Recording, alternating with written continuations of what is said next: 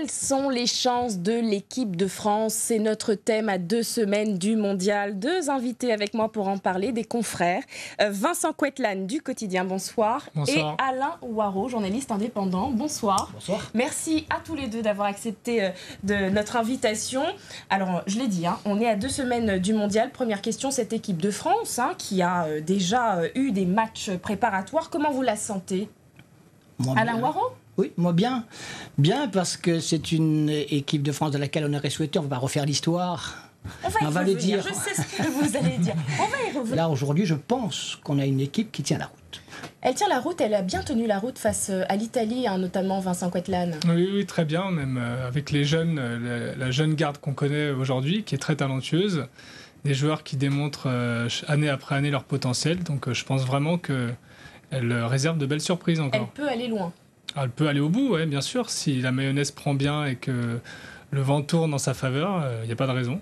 Alain Ouareau, vous l'avez évoqué, Dimitri Payet, alors beaucoup de déceptions, évidemment, comme beaucoup de Réunionnais, beaucoup de Français également, puisqu'il n'y a pas que les Réunionnais qui voyaient Dimitri Payet en équipe de France. Mais est-ce qu'elle aurait été plus forte, cette équipe, avec lui? Non, je ne pense pas qu'il faut avoir cette prétention. Mais aujourd'hui, je crois comprendre que l'équipe de France se cherche toujours un leader.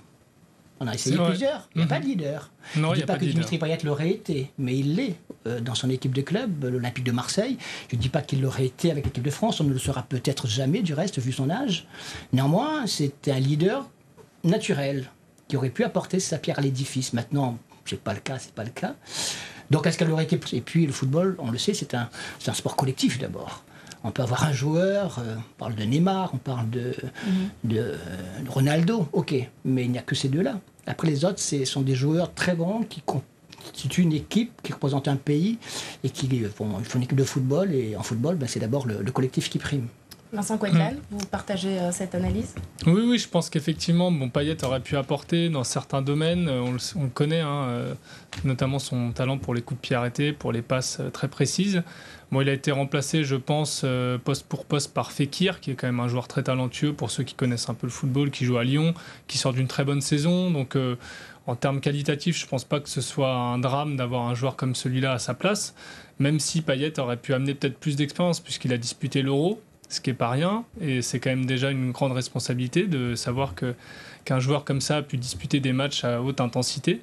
Donc ça Elle peut est un amener... peu trop jeune, cette équipe? C'est justement le problème. Voilà, un joueur comme Fekir, lui, il n'a jamais rien joué avec l'équipe de France comme tournoi majeur. Donc on va découvrir un petit peu ces joueurs-là dans une grande compétition avec la pression qu'on connaît.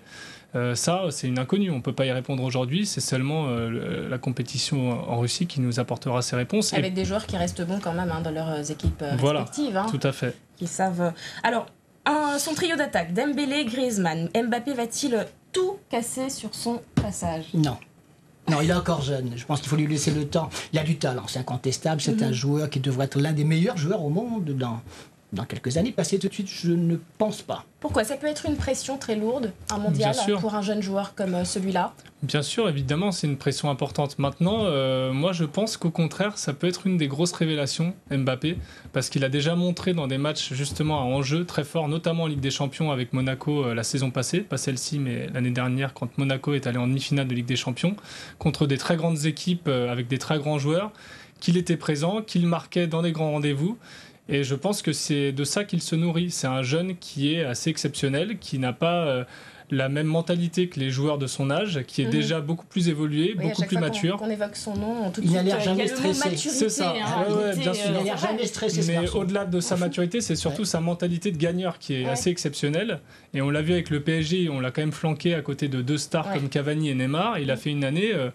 pour ceux qui regardent un petit peu les statistiques, qui est pas mal du tout, voire même très bonne. Et je pense qu'en équipe de France, on n'est qu'au tout début de ce qu'il peut nous apporter. Je pense que ça peut être une des stars de ce mondial. C'est ce qu'il a montré, en tout cas, en match préparatoire. Oui, absolument. Avec un petit peu des erreurs de jeunesse, mais ça, qu'il ne le ferait pas. Mais c'est vrai qu'on ne souhaite qu'une chose, en tout cas, c'est mon souhait, c'est qu'il se montre à la hauteur de ses ambitions, à la hauteur de ce qu'on attend de lui dès cette Coupe du Monde, parce que c'est là le rendez-vous.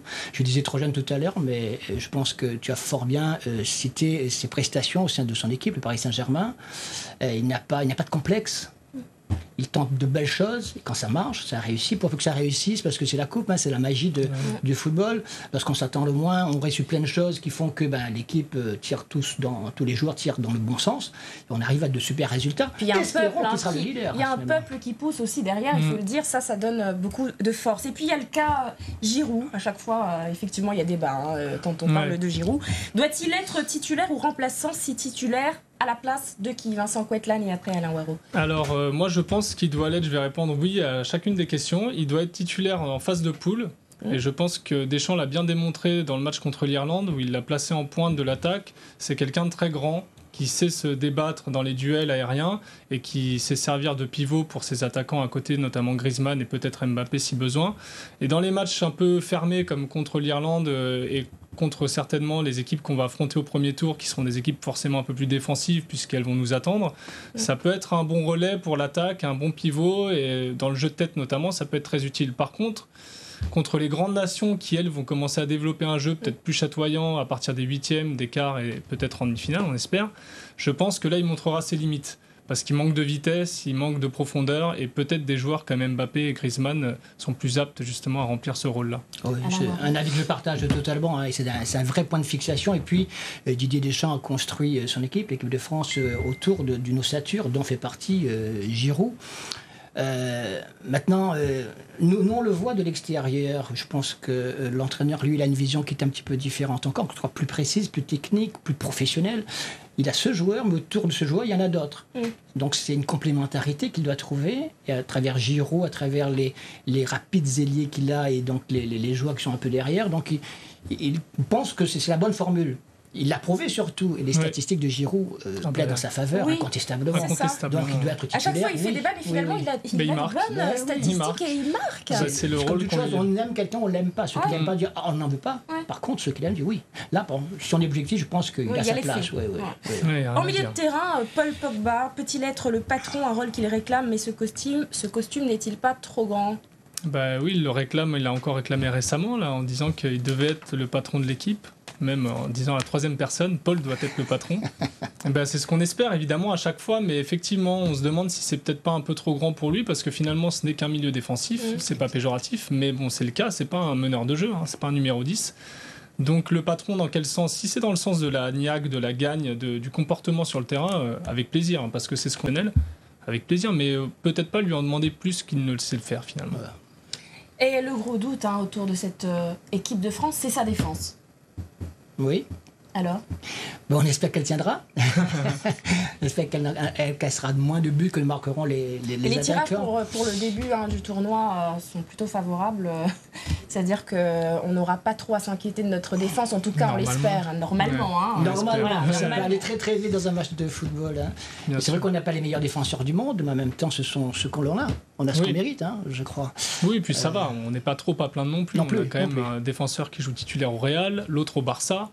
Je veux dire, il y a beaucoup d'équipes qui nous envieraient si elles voyaient un peu la composition de notre défense aujourd'hui. Donc, c'est peut-être pas notre point fort, mais c'est pas mal non plus. C'est pas mal. Et quelle défense centrale? Umtiti Rami ou Umtiti Varane?